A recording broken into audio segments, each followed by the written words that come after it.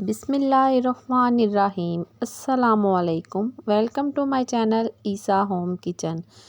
जी viewers, तो कैसे हैं आप सब? उम्मीद करती हूँ कि अल्लाह के फजलो करम से ठीक ठाक होंगे।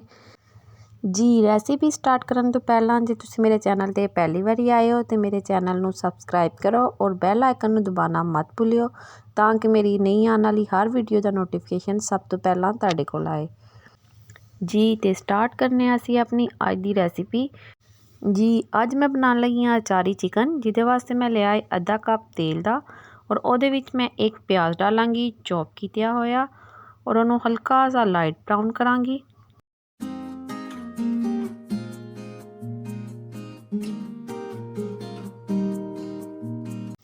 जी तो साडा प्याज लाइट ब्राउन हो चुका है और हुण मैं इहदे विच पावांगी अदरक लहसुन का पेस्ट 2 चम्मच। अदरक लहसुन के पेस्ट में भी मैं 5 मिनट तक फ्राई करांगी ताकि इहदी जिहड़ी स्मैल है वो खत्म हो जाए।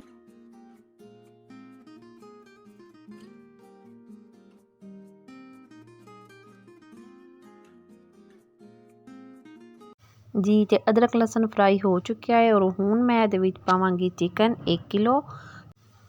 चिकन नूं भी मैं अच्छी तरह भुन लाँगी ताकि इहदा कलर चेंज हो जाए और फिर बाद च मैं उहदे च बाकी मसाले डालांगी।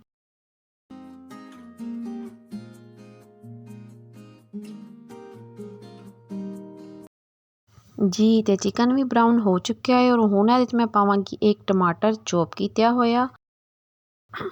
जी तो साडा टमाटर भी सॉफ्ट हो चुका है और हुण इहदे च मैं शामिल करांगी अपने बाकी मसाला जात, जिहदे च मैं सब तो पहला इहदे च डालांगी सौंफ आधा चम्मच, कलवंजी आधा चम्मच, लाल मिर्च आधा चम्मच, नमक आधा चम्मच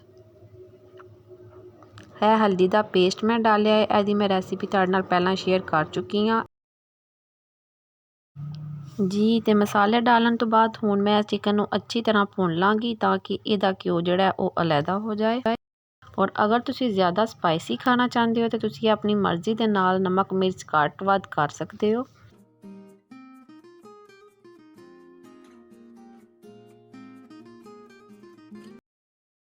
जी तो हुण मैं इहदे विच शामिल करांगी 3 चम्मच दही दे, क्योंकि उहदे नाल ग्रेवी बहुत अच्छी गाढ़ी बनती है।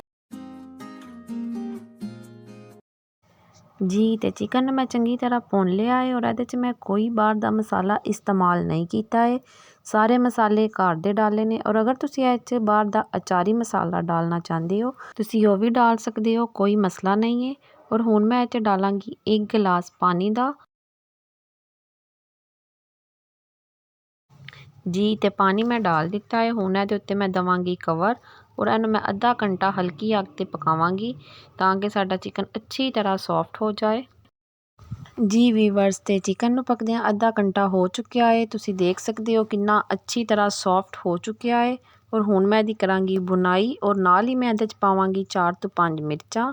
अचारी चिकन च अगर मिर्चां ना डालो तो उहदा जायका अच्छा नहीं लगता। जी तो अचारी चिकन साडा तकरीबन तैयार हो चुका है, इहनूं बनाने च ज़्यादा टाइम नहीं लगता, तकरीबन 1 घंटे दे विच तैयार हो जाता है। और हुण मैं इहदे विच डालांगी गरम मसाला पिसिया होया आधा चम्मच और सुके धनिए का पाउडर डालांगी आधा चम्मच।